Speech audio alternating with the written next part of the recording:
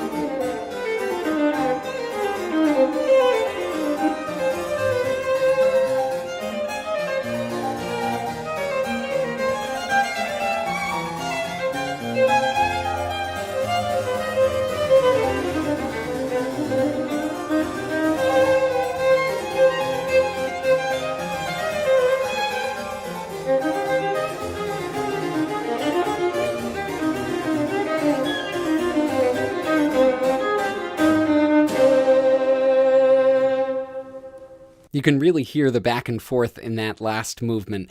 And it shows Bach's expertise on both instruments to be able to write such great music for each one. Thanks to Corey Charovchek and John Gibbons, along with the Isabella Stewart Gardner Museum in Boston, for putting that recording up on the web. You can check out a ton more from the Isabella Stewart Gardner Museum on their website, gardnermuseum.org. Their concert series podcast is fantastic. And thank you for listening to this podcast. If you like it, please rate and review it wherever it is that you're getting it. I'm Tyler Alderson, and tomorrow for your classical break, we'll be celebrating Samuel Coleridge Taylor's birthday with his 4 Novelletten for String Orchestra. I'll see you then.